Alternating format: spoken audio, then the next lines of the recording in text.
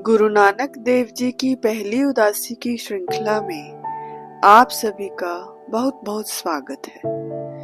गुरु नानक देव जी का एक ऐतिहासिक गुरुद्वारा हापुड़ में है, जो उनके वहां आने की गवाही देता है। कहा जाता है वहां उन्होंने एक बरगद के पेड़ के नीचे बैठकर तपस्या की थी और उसके सामने के तालाब में स्नान किया था। मान्यता है कि इस बरगद के पेड़ के नीचे बैठकर पाठ करने से सभी की मनोकामनाएं पूरी होती हैं और यह भी कि पास के सरोवर में स्नान करने से चर्म रोग समाप्त हो जाते हैं। गुरु जी के यहाँ आने की याद में आज यहाँ गुरुद्वारा संत आश्रम पोरा साहिब सुशोभित है। वहां से चलते हुए गुरु जी ने भाई बाला से कहा, चलो आपको मथुरा वृंदावन दिखा लाएं, जहाँ श्री कृष्ण जी ने अवतार धारण किया था। और वे चलते हुए वृंदावन पहुंचे, जहाँ उनकी याद में गुरुद्वारा नानक टीला शोभायमान है। पहले इस स्थान पर मिट्टी का एक बड़ा टीला था और उसके ऊपर छोटा सा एक गुरुद्वारा था। बाद में वह मिट्टी का टीला साफ करके वहां एक बड़ा गुरुद्वारा बनाया गया। इसके आगे अपनी यात्रा पर गुरुजी वहां से 15-20 किलोमीटर की दूरी पर मथुरा पहुंचे।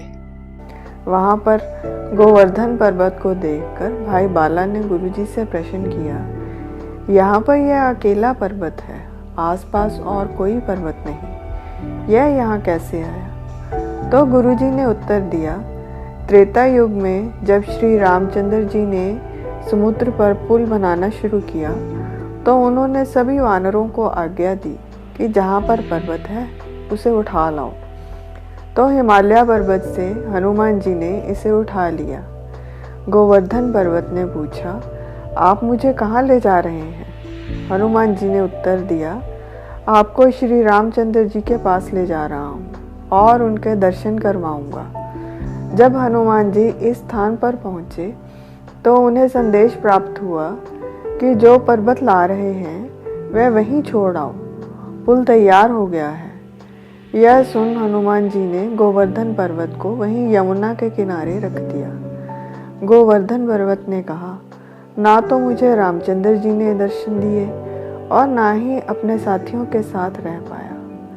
यह सुनकर हनुमान जी वहीं बैठ गए और श्री रामचंद्र जी को संदेश भेजा कि मेरा तो पर्वत से वचन है कि आपके दर्शन करवाऊंगा, अब मैं क्या करूं?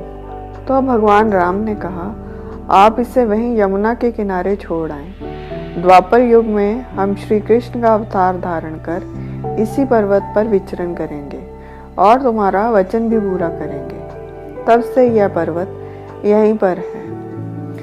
वह तीनों कुछ आगे बढ़े तो वहाँ कार्तिक की पूर्णिमा का मेला लगा हुआ था। गुरुजी ने भाई मर्दाना को रबाब बजाने के लिए कहा और उन्होंने रामकली राग में एक शब्द गाया। यह शब्द सुनकर बहुत से लोग उनके पास आकर बैठ गए और उनसे चर्चा करने लगे। गुरुजी बता रहे थे कि कलयुग में लोगों की उम्र पानी के बुलबुले के समान छोटी हो गई है। लोगों का जप तप पूरा नहीं होता और जो नाम का जाप करते हैं उन्हें बदराही यानी बुरे रास्ते पर चलने वाला कहते हैं। पुण्य वही है जिसे सतगुरु बख्श दे, नाम दान देकर उसका उद्धार करे। इसके बिना कोई उपचार नहीं। सभी वेदों का यही निचोड़ है कि हरि का कीर्तन ही मुक्ति प्रदान करता है। सभी बड़ाई नाम से मिलती है, इसके ऊपर कुछ और नहीं। तब विद्वानों ने प्रश्न किया, आप किसकी उपासना करते हैं, सरगुण की या निर्गुण की?